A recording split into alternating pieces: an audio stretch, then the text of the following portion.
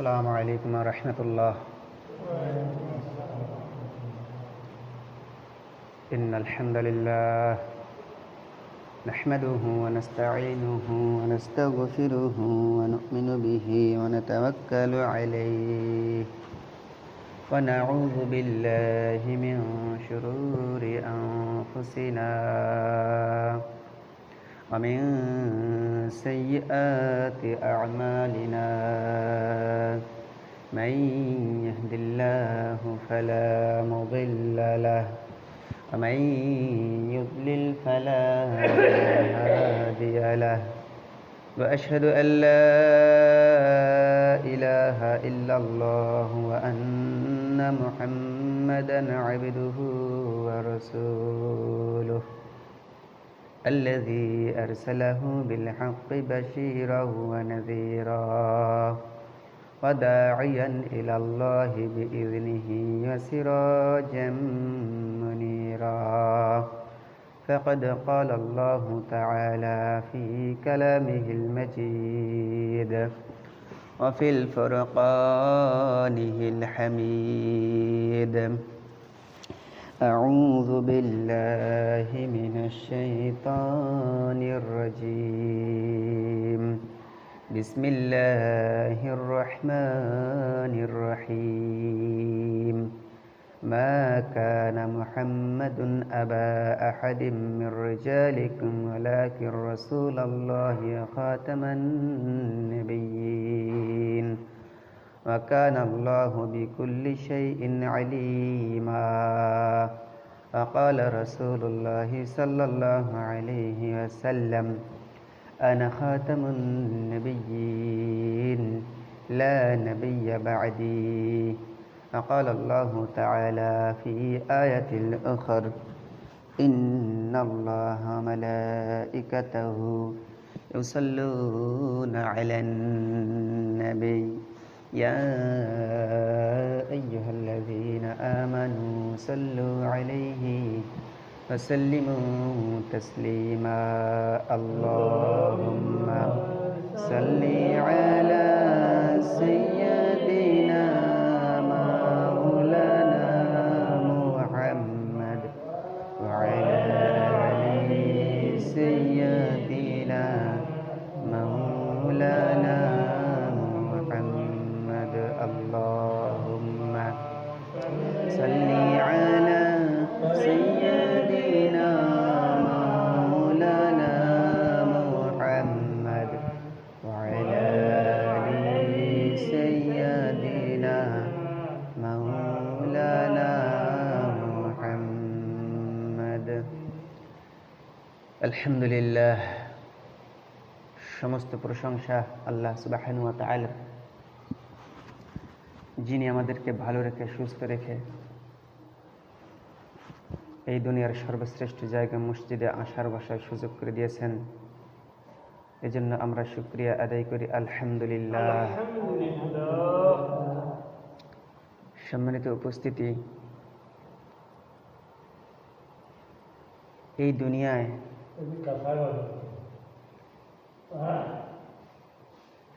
আল্লাহর যত সৃষ্টি আছে,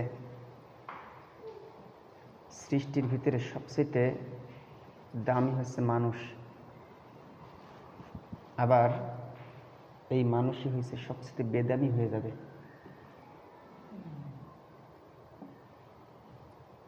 হযরত আব্দুল কাদের জিলানী রাহমাতুল্লাহি আলাইহি তার জীবনের একটি ঘটনা।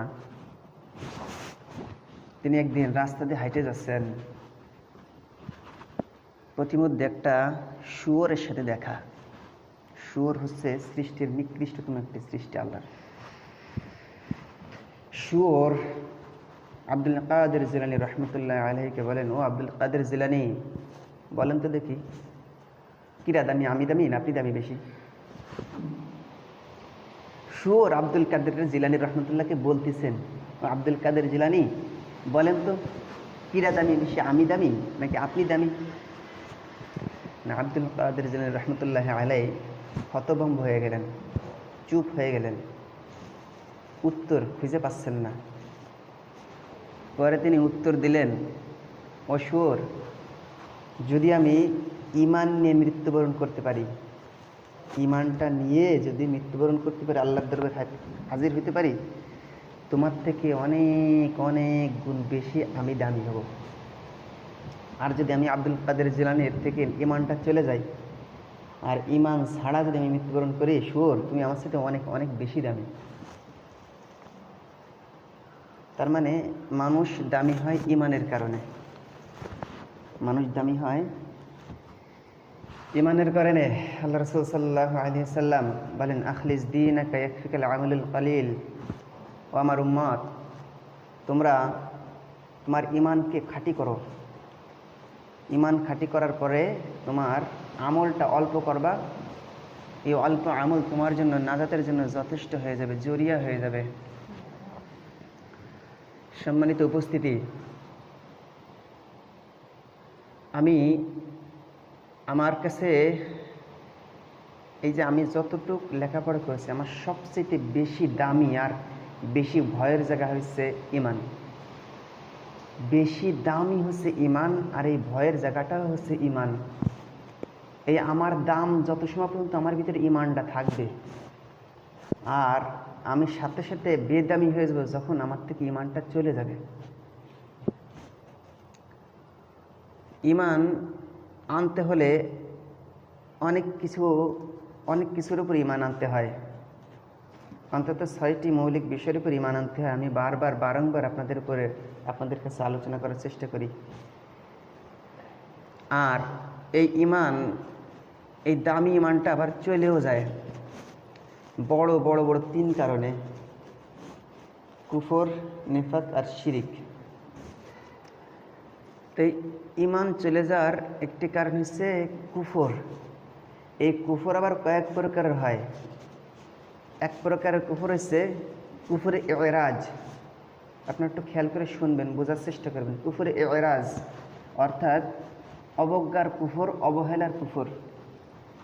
এই অবহেলার কুফর সম্পর্কে আল্লাহ সুবহানাহু ওয়া তাআলা কোরআনে মাজিদে বলেন, ওয়াল্লাযীনা কাফারু আম্মা উনযিরু মু'রিদুন। ওয়াল্লাযীনা কাফারু আম্মা উনযিরু মু'রিদুন। আর তারা এই কারণে কুফরি করেছে, কাফের হয়ে গেল। কাফের হওয়ার কারণ, কুফরি হওয়ার কারণ হচ্ছে কুফরে এরাজ। এটা হচ্ছে অবজ্ঞার কুফর। অবজ্ঞাটা কি? অবজ্ঞাটা হচ্ছে এই ইমানডে অনেক বড় দামি জিনিস ইমান। আমি সর্বশ্রেষ্ঠ দৌলত, সর্বশ্রেষ্ঠ সম্পদ আল্লাহ আমাকে দান করেছেন। আল্লাহ আমাকে সর্বশ্রেষ্ঠ সম্পদ ইমান দান করেছেন। এই ইমান সম্পর্কে বেখবর হওয়া, ইমানের যত্ন না নেওয়া, ইমানের শিক্ষা গ্রহণে অবহেলা করা, ইমানটাকে হেলা মনে করা, ইমানটাকে তুচ্ছ মনে করা, বেদামি মনে করা, এটার নাম হচ্ছে কুফরে এরাজ, যার কারণে মানুষ কাফের হয়ে যায়। এই যে বইটা আমি আনছি আপনাদের দেখানোর জন্য, এই বইটার লেখক খন্দকার আব্দুল্লাহ জাহাঙ্গীর রহমতুল্লাহ আলাই। এই বইয়ের ভূমিকার ভিতরে লিখেছেন আব্দুল্লাহ জাহাঙ্গীর রহমতুল্লাহ আলাই। তিনি বাংলাদেশের লেখাপড়া শেষ করার পরে সৌদি আরবে লেখাপড়া করেছেন। সৌদি আরবের থেকে পিএইচডি ডিগ্রি করার পরে রিয়াদে ইসলামী কেন্দ্রে কর্মরত ছিলেন।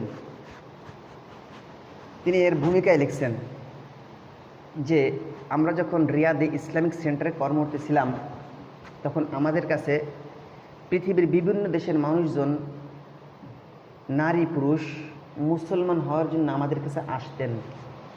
আমেরিকা, ইউরোপ, ফিলিপাইন, বিভিন্ন দেশের মানুষজন ইমান আনার জন্যে, মুসলমান হওয়ার জন্যে আমাদের কাছে তিনারা আসতেন। তো আমরা আমাদের এই সেন্টারে আমরা কি করতাম, তাদেরকে জিজ্ঞাসা করতাম, আপনারা যে মুসলমান হতে চাচ্ছেন, আপনারা কি ইমান আনতে চাচ্ছেন? ইমান সম্পর্কে কি জানেন? কি কি কি কি বিষয়ের উপর ইমান আনতে হয় সেগুলো জানেন? কি কি কারণে ইমানটা চলে যায় সেগুলো জানেন? তারা অধিকাংশই বলছে, উত্তর দিতেন, হ্যাঁ আমরা জানি, এই কারণে এই বিষয়ের উপর ইমান আনতে হয়, আর এই কাজ করলে ইমানটা চলে যায়। তিনি এভাবেই লিখছেন, এখানেই আছে লেখা, আপনারা যাচাই করলে যাচাই করতে পারেন। যদি কেউ এই প্রশ্নের উত্তর দিতে না পারতেন, কোনো অমুসলিম মুসলমান হবে, কোনো অমুসলিম আমেরিকা, মিশর, ফিলিপাইন বিভিন্ন দেশের মুসলমান রিয়াদের ইসলামিক সেন্টারে মুসলমান হওয়ার জন্য আসতেন। আসার পরে তাদেরকে আগে কালিমা পড়াতেন না, তাদেরকে আগে জিজ্ঞাসা করতেন, ও ভাইয়েরা, আপনারা যে ইমান আনবেন, এই ইমান সম্পর্কে কি কি বিষয়ের উপর ইমান আনতে হবে এগুলো কি জানেন? আর এই ইমান আনার পরে কি কি কারণে ইমানটা চলে যাবে এগুলো কি জানেন? যদি তারা উত্তর দিতে পারতেন তবে তাদেরকে আমরা কালিমা পড়াতাম, মুসলমান বানাতাম। আর যদি তারা উত্তর না দিতে পারতেন তাদেরকে আমরা বলতাম, আপনারা কি এই বিষয়ের উপরে শিক্ষা গ্রহণ করেন। তার কারণ হচ্ছে, আজকে আমি কালিমা পড়াই দিলাম, কিন্তু ইমান যাওয়ার কারণগুলো, কোনো অবিশ্বাস আপনার ভিতরে থেকে গেল, এই ইমান যাওয়ার কারণগুলো আপনার ভিতরে যদি থেকে যায়, তাহলে এই ইমান আনা আর না আনা সমান কথা। আফসোস, তিনি এই বইটা লিখছেন, আফসোস, হায় আফসোস, অমুসলিমরা ইমান আনার কারণগুলো তারা শিক্ষা করে, ইমান যাওয়ার কারণগুলো শিক্ষা করে, রপ্ত করে তারা মুসলমান হওয়ার জন্য আসে, কিন্তু আমরা মুসলমান, প্র্যাকটিসিং মুসলমান, আমরা এই ইমান বিষয়ে বেখবর। অথচ আল্লাহ সুবহানাহু ওয়া তাআলা কোরআনের ভিতরে বলেছেন, আল্লাযীনা কাফারু আম্মা কানু আম্মা উযিরু মু'রিদুন। ইমান আনার পরে ইমান সম্পর্কে বেখবর হওয়া, ইমান সম্পর্কে যত্ন না নেওয়া, ইমান সম্পর্কে ইলম অর্জনের জন্য উৎসাহিত না হওয়া, এটা এক প্রকারের কুফর। আর এই কুফর যদি কারোর ভিতরে থাকে তার ইমান চলে যায়। তাহলে ইমান অনেক গুরুত্বপূর্ণ জিনিস। কিন্তু আমি অনেক বছর ধরে এই ইমান বিষয়ে ভয়ে ভয়ে আছি, চিন্তায় আছি অনেক বছর ধরে, যে ইমানের বিষয়টা মানুষকে জানাবো কিভাবে, ইমান যার কারণগুলো মানুষকে বুঝাবো কিভাবে, এই জানাবো কিভাবে, বুঝাবো কিভাবে। মানুষ তো খালি ইমান আনে, ইমানের দাওয়াত দেয়, কালিমার দাওয়াত দেয়, কিন্তু দাওয়াত একদিক দিয়ে দিচ্ছে, আরেক দিকে ইমান চলে যাচ্ছে। এই বুঝাবো কিভাবে, মানুষকে জানাবো কিভাবে, এই চিন্তা করতে করতে ইমাম আবু হানিফা রহমতুল্লাহ লেখা ফিকহুল আকবার, ইমাম তাহাবী রহমতুল্লাহ আলাইহির লেখা আকিদাতুস সালিহাত, এগুলো মুসলিম উম্মার জন্য অত্যন্ত গুরুত্বপূর্ণ। এইসব কিতাব পড়া সকলের জন্য ফরজ বলে আমি মনে করি। কিন্তু আফসোসের বিষয়, আমরা হুজুররা এইসব বইগুলো পড়ি না। আফসোসের বিষয়, ইমান কিন্তু খুব গুরুত্বপূর্ণ জিনিস। সেই জন্যে আমি বাজারে এই বইটা যাচাই করেছি। এই বইটা ইমাম আবু হানিফা রহমতুল্লাহের ইমাম তাহাবী রহমতুল্লাহ আকিদাতুস সালিহাত, ইমাম আবু হানিফা রহমতুল্লাহের ফিকহুল আকবারের দুইটা গ্রন্থের শিক্ষা একত্রে নিয়ে এই বইটা রচিত হয়েছে, যার নাম ইসলামী আকিদা। আমার মনে এই বইটা সকলের পড়া ফরজ। তার কারণ ইমান একটা বয়ানে, একটা কথায় শেখানো সম্ভব না।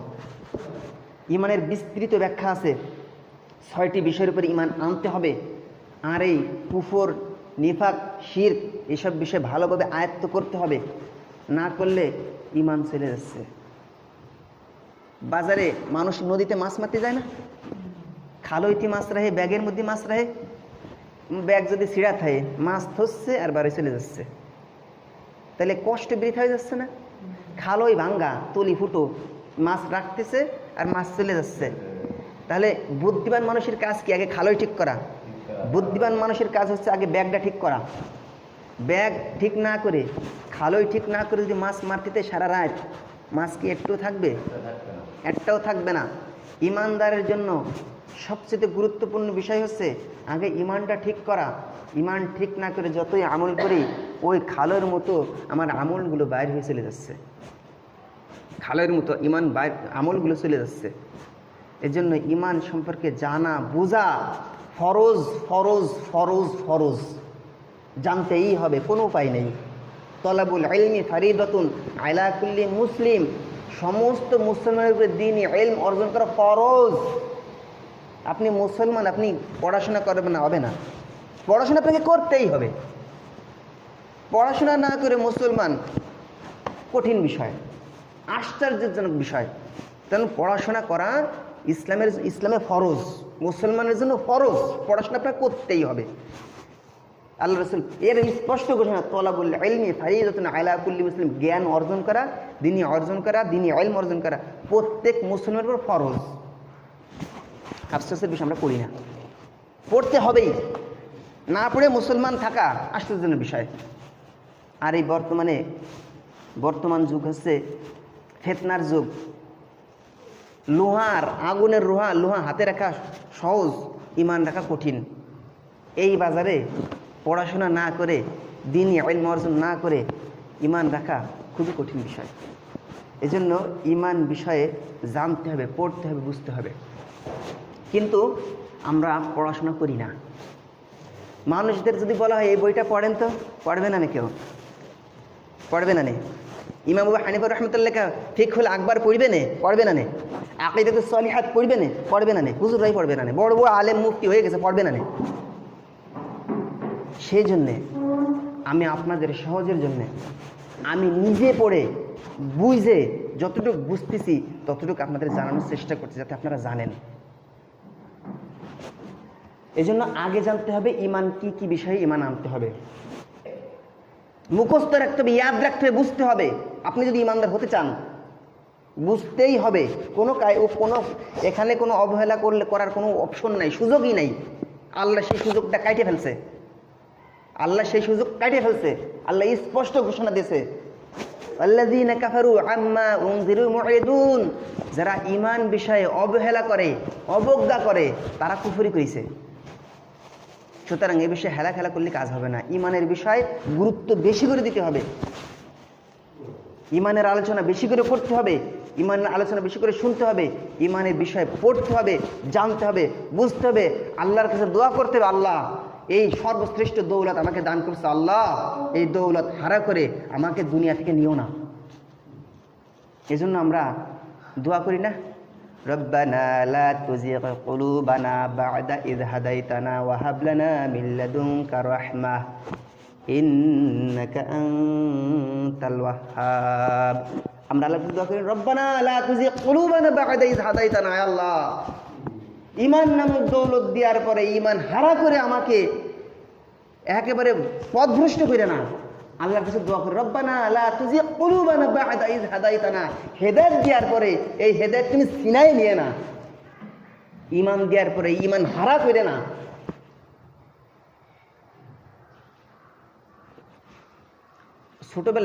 ছোটবেলায় দেখেছি, অনেক আগে তো আমাদের বাড়িতে কারেন্ট ছিল না, অনেক আগের কথা বলতেছি, 5, 6, 7, 8 সাল, তখন ছোট ছিলাম, একদম ছোট ছিলাম। ঝড় হতো রাত্রিবেলা, প্রচণ্ড ঝড় হইলে হারিকেন লিবে যেত না। প্রায় আমার নানা বাড়ি আর আমার দাদার বাড়ি পাশাপাশি ছিল। প্রায় আমি আমার খালা বাড়িও পাশের, একই গ্রামের পাশের মহল্লায় ছিল। তা আমি আমার মা এনারা অনেক সময় নানা বাড়ি যেতাম রাত্রির বেলা। ওই ঝড় যখন আসতো, তীব্র অন্ধকার হয়ে যেত, আর হারিকেন মানে টিপুট করে জ্বলতো, মানে ভয় পাইতাম। হারিকেন লিবে গেলে তো অন্ধকারের মধ্যে কোহানে গাছ বাড়ি খেয়ে যায়, তাই না? তো ওই হারিকেন যাতে লিবে না যায় সেই জন্য হারিকেনটা আগলায় রাখতাম। তারপরেও হারিকেনটা ঝড়ের বাতাসে লিবে যেত। যখন লিবে যেত তখন তো অবস্থা খারাপ। কোহানে সাপ পার করে পড়ে, না গাছ ভেঙে পার করে পড়ে, না কুয়োর মধ্যে যাই, অন্ধকারে ঝড় বাতাসের রাত। তো ইমানটা হচ্ছে ওই অন্ধকার, কালো অন্ধকার রাতের ঝড়ো হাওয়ার ভিতরে ইমানটা হচ্ছে আলো। এই ইমান আপনি থাকবেন, এই ঝড়ের ভিতরে আপনি জান্নাতে যাইতে পারবেন। আর এই ঝড়ের ভিতরে ইমান যখন হারা হয়ে যাবে, আপনি জান্নাতে পৌঁছতে পারবেন না, ওই জাহান্নামের ভিতরে চলে যেতে হবে। আমার কাছে তাই মনে হয়, আমার কাছে ঠিক তাই মনে হয়। তার থেকে বেশি কঠিন মনে হয়, ইমান যখন হারা হয়ে যাবে, আপনার জাহান্নাম ছাড়া কোনো উপায় নাই।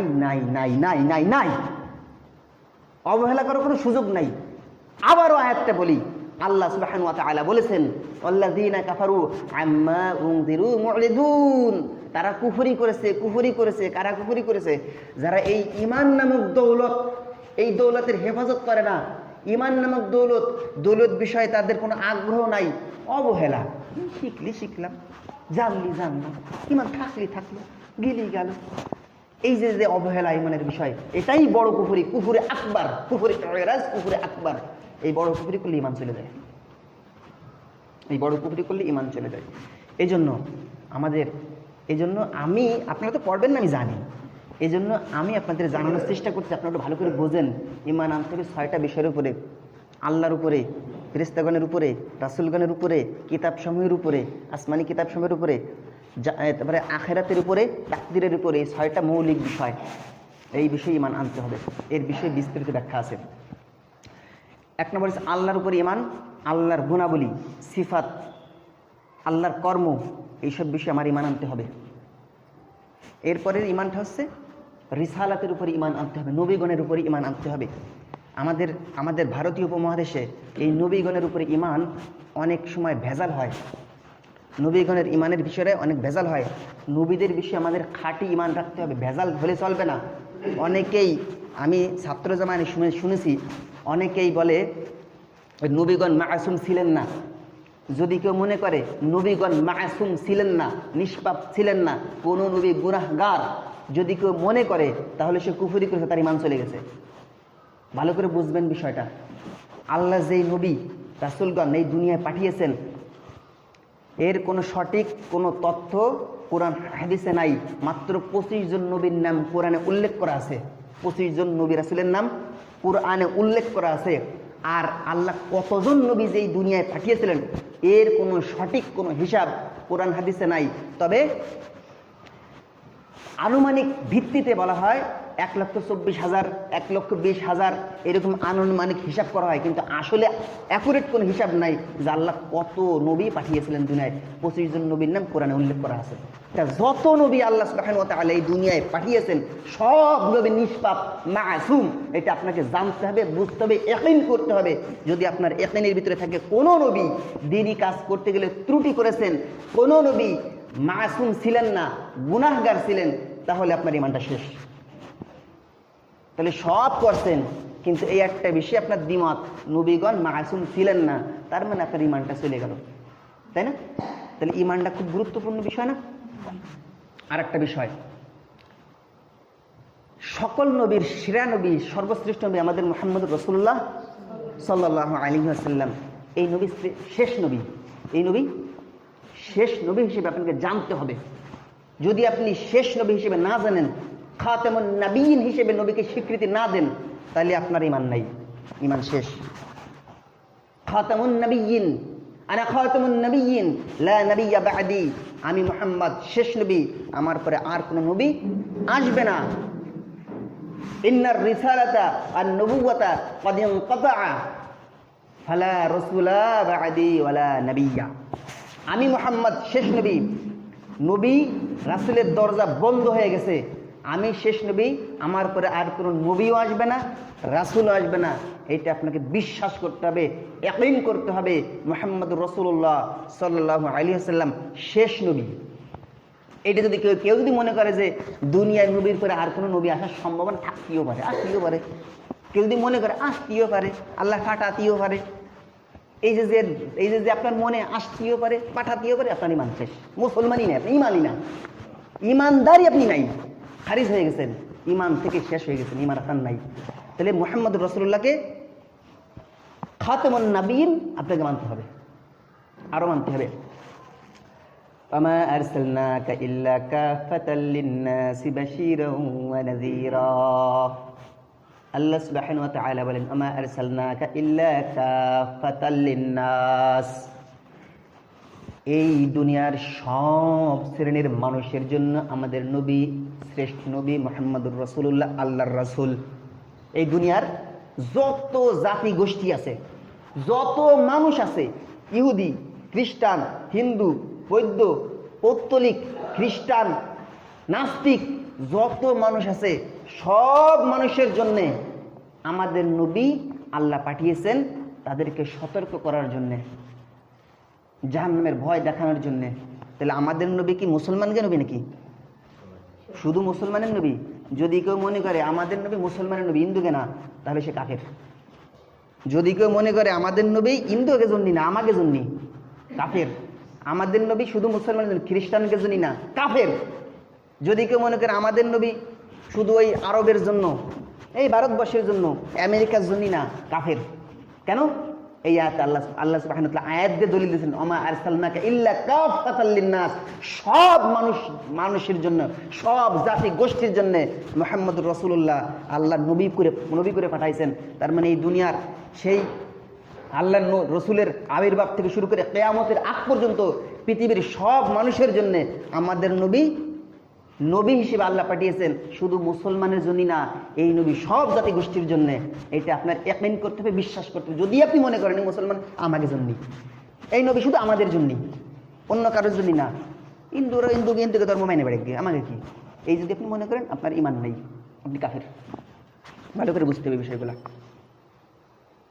কিন্তু আফসোস, এই যে নবীকে খাতামুন নবীয়িন যদি কেউ মনে না করে তাহলে সে কাফের।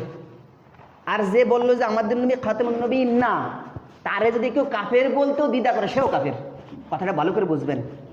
আমাদের নবী মুহাম্মদ রাসূলুল্লাহ খাতামুন নবীয়িন, শেষ নবী, তারপর আর কোনো নবী আসবে না, এই কথা যে বিশ্বাস করবে না সে কাফের। আর যে মনে করেন আমি বিশ্বাস করলাম না, আস্তাগফিরুল্লাহ, উদাহরণ দিয়ে বুঝাচ্ছি, মনে করেন আমি বিশ্বাস করলাম না আমাদের নবী খাতামুন নবীয়িন না, আমাদের পরে আরো নবী আসতে পারে, আমি কাফের হয়ে গেছি, আপনি যদি আমাকে মুসলমান মনে করেন আপনিও কাফের। কথাটা বুঝেছেন? খাতামুন নবীয়িন কেউ যদি বিশ্বাস না করে, আর বিশ্বাস না করার কারণে সে কাফের হয়ে গেছে, যে কাফের হয়ে গেছে তারে যদি কেউ মুসলমান মনে করে সেও কাফের হয়ে যাবে। বিষয়টা কিন্তু খুব গুরুত্বপূর্ণ বিষয়। এইসব বিষয়ে ভালো করে জানতে হবে, বুঝতে হবে, না তো ইমান থাকবে না।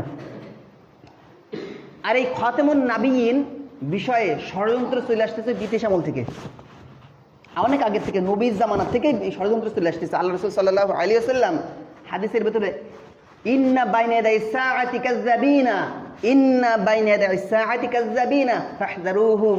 আল্লাহ রাসূল সাল্লাল্লাহু আলাইহি ওয়াসাল্লাম বলেন, ও উম্মতেরা, ইন্না বাইনা ইয়াদাই সাআতি, কিয়ামতের আগে অনেক ভণ্ড নবী, কাযাবিনা, অনেক মিথ্যাবাদী ভণ্ড নবী আসবেন, ফাহযারুহুম, তাদের থেকে তোমরা সতর্ক থাকবে। আল্লাহ রাসূল বলে গেলেন আমি হচ্ছে শেষ নবী, আমার পর আর কোনো নবী আসবে না, কিন্তু কিয়ামতের আগে অনেক ভণ্ড আসবে, নবীর সুরত ধরে নবীর কথা বলবে, তাদের থেকে তোমরা সতর্ক থাকবা। এই যে গোলাম আহমদ কাদিয়ানীর নাম শুনছেন আপনারা? ওই যে আরএফএল প্রাণ কোম্পানির, কিন্তু ওরা মালিক, আরএফএল কোম্পানি, প্রাণ কোম্পানির মালিক কিন্তু কাদিয়ানীরা। এই কাদিয়ানীরা কিন্তু কাফের, এদের মুসলমান মনে করাও কাফের, এদেরকে মুসলমান মনেও করা যাবে না, কারণ তারা নবীর খতমে নবুয়ত বিশ্বাসই করে না, আমাদের নবী শেষ নবী এটা বিশ্বাস করে না। গোলাম আহমদ কাদিয়ানীকে নবী তারা মনে করে। গোলাম আহমদ কাদিয়ানী এর সংক্ষিপ্ত ইতিহাস আমাদের জানতে হবে ভবিষ্যতের বিভ্রান্তি থেকে দূর হওয়ার জন্য। গোলাম আহমদ কাদিয়ানী যখন ব্রিটিশরা ভারতীয় উপমহাদেশে আসার পরে হিন্দু মুসলিমদের দাঙ্গা লাগায়, বিভিন্ন ধরনের অপকর্ম তারা করছে। ভারতীয় উপমহাদেশের বড় বড় শিক্ষা প্রতিষ্ঠান, মাদ্রাসা ছিল। একদিন এই ইতিহাস আপনাদের বলেছিলাম, অনেক বড় বড় মাদ্রাসা প্রতিষ্ঠান ছিল। আর এখনের মাদ্রাসা তো মাদ্রাসায় ভিক্ষে করা ছাড়া মাদ্রাসা চালানোর কোনো কায়দা নেই। বর্তমান মাদ্রাসা ভিক্ষে করা ছাড়া মাদ্রাসা চালানোর কোনো কায়দা নেই। কিন্তু তখনকার যখন সুলতান মানে উসমানী খেলাফত কায়েম ছিল, এই ভারতীয় উপমহাদেশে 850 বছরের মুসলমান ইসলামী খেলাফতে রাজত্ব করেছে, তা তো জানেন। এই ভারতীয় উপমহাদেশ 850 বছর, একদিনও না, 2 দিনও না, 100 বছর না, 2 বছর, 850 বছর দীর্ঘ, 850 বছর ইসলামী খেলাফতে উসমানী এই ভারত মহাদেশের সাম্রাজ্য কায়েম ছিল, তা জানেন? 850 বছর একাধারে উসমানী খেলাফত রাজত্ব করেছে। তখনের হিসাব ছিল যত বাংলাদেশের পুরো ভারত মাসে যত ইসলামী মাদ্রাসা ছিল, শিক্ষা প্রতিষ্ঠান ছিল, প্রত্যেকটা শিক্ষা প্রতিষ্ঠানের অনেক সম্পদ ছিল সরকারিভাবে। মুসলমান সরকার, খেলাফত, ইসলামী পরিপূর্ণ কোরআন হাদিসের সুন্নাহ অনুযায়ী রাষ্ট্র পরিচালিত হয়। তখন যত শিক্ষা প্রতিষ্ঠান ছিল, ইসলামী শিক্ষা প্রতিষ্ঠান, মাদ্রাসা, মসজিদ, প্রত্যেকটা মসজিদের, প্রত্যেকটা মাদ্রাসার নিজস্ব সম্পদ ছিল। অনেক জমি ছিল, সম্পদ ছিল। ব্রিটিশরা আসার পরে ওই সব সম্পত্তি বাজেয়াপ্ত করে এই মাদ্রাসাগুলোর ভিখারি বানায় এক পর্যায়ে মাদ্রাসাগুলো সব বন্ধ করে দিছিল, জানেন তা? এগুলো বন্ধ করে দিছিল। বন্ধ করে দেওয়ার পরে এই হুজুর এখন কি করবে? শিক্ষা প্রতিষ্ঠান সব বন্ধ। এরা আন্দোলন করলো, বললো যে আমাদের মাদ্রাসা, আমাদের প্রতিষ্ঠান, আমাদের তো দিন সিলসিলা বন্ধ হয়ে যাচ্ছে। তখন আন্দোলন করার পরে কলকাতা আলিয়া, জানেন কলকাতা আলিয়া ওই ব্রিটিশ সরকার চালু করেছিল সর্বপ্রথম। কলকাতা আলিয়া, কলকাতা আলিয়া চালু করে তারাই প্রধান থাকে। 26 জন আলিয়া মাদ্রাসার প্রধান শিক্ষক ছিল খ্রিস্টান। ইতিহাস জানেন? 26 জন আলিয়া মাদ্রাসার প্রধান শিক্ষক ছিল খ্রিস্টান। কত বড় শয়তানের শয়তান খ্রিস্টানরা! হাসেন কি জিনিস? আপনি সার্চ করে দেখেন, মিথ্যা হলে সার্চ করে দেখেন। আওয়াজ হওয়া কথা করলে তো কাজ হবে না, মারি তো ফিরে ধরবে না আওয়াজ হওয়া কথা বলি। 26 জন আলিয়া মাদ্রাসার প্রধান শিক্ষক ছিল খ্রিস্টান। কত বড় শয়তানের শয়তান খ্রিস্টানরা! সব প্রতিষ্ঠান বাজেয়াপ্ত করে দিয়ে, সম্পত্তি বাজেয়াপ্ত করে দিয়ে ভিখারিতে পরিণত করার পরে তারা আলিয়া মাদ্রাসা বলে পুতুল বানালো। 26 জন প্রধান শিক্ষক ছিল খ্রিস্টান। এর বহুত ইতিহাস আছে। এরপরে ভারতের দেওবন্দ মাদ্রাসা আল্লাহ নবীর স্বপ্নের ভিত্তিতে দেওবন্দ মাদ্রাসা প্রতিষ্ঠা হলো। এই দেওবন্দ মাদ্রাসা ইসলামী শিক্ষার রিসার্চের মূল কারিগর। কওমি মাদ্রাসাগুলো মূল কারিগর হিসেবে আমাদের বুঝতে হবে, জানতে হবে। তো ওই ব্রিটিশের সময় গোলাম আহমদ কাদিয়ানী ওই ভারতের ব্রিটিশদের দালালি করতে লাগলো। দালালি করে আর মুসলমানকে রূপ দেখালো আমি বিশাল বড় আল্লাহওয়ালা পীর বুজুর্গ। বুঝেছেন?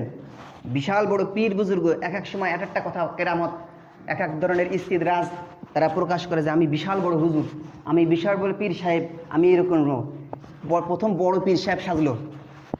এরপরে আস্তে আস্তে আস্তে আস্তে সে কলকে আমি ইমাম মাহাদি, আস্তে আস্তে কলকে ইমাম মাহাদি ভক্ত হয়ে গেল। মুসলমান মানে ভারতবর্ষের অধিকাংশ বলে আবেগী মুসলমান, হুজুর কি মুসলমান। একজন বড় হুজুর এসে কলি তার ভক্ত হয়ে যায়, যাচাই বাছাই করে না। কিন্তু তা না, যাচাই বাছাই না করে আপনি অনুসরণ হবেন, আপনি পথভ্রষ্ট হবেন। কোরআন হাদিসে যাচাই করে অনুসরণ হতে হবে। এই যে তার কিছু ভক্ত, পীর সাহেবের ভক্ত, তার কথা মতো তার ভক্ত হয়ে গেল। এরপরে কয়েকদিন পরে আমি মাহাদি, ইমাম মাহাদি। এরপরে কয় আমি হচ্ছে নবী, নাউযুবিল্লাহ। এরপরে কয় আমি নবী। আর এর লেসপেন্সার ছিল হয়েছে এই ব্রিটিশরা। এর লেসপেন্সার ছিল ব্রিটিশরা। ব্রিটিশদের পুতুল ছিল গোলাম আহমদ কাদিয়ানী। ওই কাদিয়ে গ্রুপ এখনো আছে। তখন থেকেই মুসলমানদের একটা দাবি, হৃদয়ের দাবি, এই ব্রিটিশদেরকে কাফের হিসেবে ঘোষণা করতে হবে। ব্রিটিশরা কাফের, মানে গোলাম আহমদ কাদিয়ানীর অনুসারী, তারা কাফের না? তাদের কাফের হিসেবে ঘোষণা করতে হবে। আফসোসের বিষয় আজ পর্যন্ত বাংলাদেশের কোন সরকার এই কাদিয়ানের অনুসারে কাফের ঘোষণা দেওয়ার সাহস পর্যন্ত করিনি। ভয় কারে পায় এবার বুঝেন? ভয় কাকে বলে? তারা কয়েকজন মুষ্টিমাট, কয়েকজন হচ্ছে ওই চট্টগ্রামে কিছু আছে। আর বাংলাদেশে 90 থেকে 95% মুসলমান আহলে সুন্নাত ওয়াল জামায়াতের অনুসারী। মুষ্টিমাট কয়েকজন কাদিয়ানী কাফের, তাদেরকে কাফের ঘোষণা দেওয়ার সাহস বাংলাদেশের ইতিহাসে কোনো সরকার আসতে নিতে পারি নাই। তাহলে এবার বোঝেন ভয়টা কোন জায়গায়, ওকে বীজ কোন জায়গায়? ব্রিটিশ। বুঝছেন কথাটা? ওই জায়গা। এই জন্য বারবারই আমি বলি, প্রায় বলি, ইমান বিষয়ে সতর্ক না হলে ইমান হারা হয়ে যেতে হবে। আল্লাহ আমাদেরকে সঠিক বোঝার তৌফিক দান করুক। যারা সুন্নাত পড়েন নেই 4 রাকাত ক্বাবলাল জুমআহ আদায় করেন।